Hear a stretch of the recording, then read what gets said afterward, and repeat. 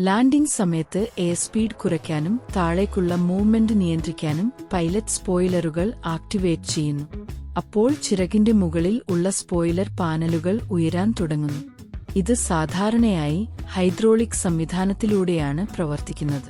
Spoiler ഉയരുന്നതോടെ ഇവ ചിറകിന്റെ മുകളിൽ കൂടി പോകുന്ന വായുവിന്റെ പ്രവാഹം തടസ്സപ്പെടുത്തുന്നു.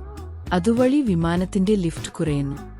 അതായത് ചിറകിന്റെ മുകളിലൂടെ പോകേണ്ട വായു സ്പോയിലർ ഉയരുന്നതോടെ സ്പോയിലറിൽ കൂടി മുകളിലേക്ക് തള്ളപ്പെട്ട് ഭാഗികമായി വിമാനത്തിന്റെ ലിഫ്റ്റ് നഷ്ടമാക്കുന്നു. അതേസമയം തന്നെ വായു സ്പോയിലറിനെ തട്ടി മുകളിലേക്ക് തിരിയുമ്പോൾ വായുവിന്റെ പ്രതിരോധം വളരെയധികം വർദ്ധിക്കുന്നതിനാൽ വിമാനത്തിന്റെ വേഗതയും കുറയുന്നു.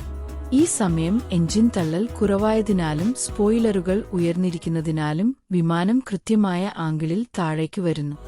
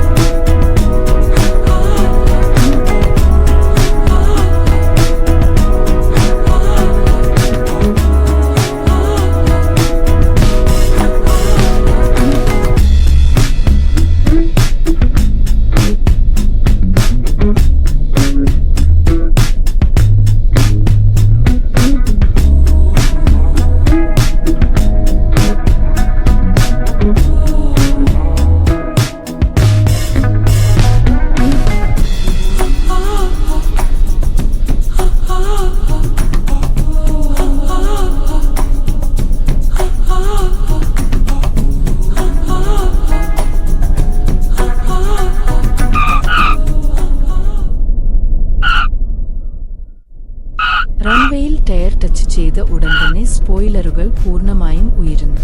ഇങ്ങനെ വിമാനത്തിന്റെ ഭാരം റൺവേയിലേക്ക് പൂർണ്ണമായി കൈമാറുന്നതിനാൽ വിമാനത്തിന്റെ ബ്രേക്കിംഗ് എളുപ്പമാകുന്നു. ഇങ്ങനെ ഫുൾ സ്പോയിലേഴ്സും ബ്രേക്സും പിന്നോട്ടുള്ള തള്ളലും ചേർന്നാണ് വിമാനം വേഗം കുറഞ്ഞു നിൽക്കുന്നത്.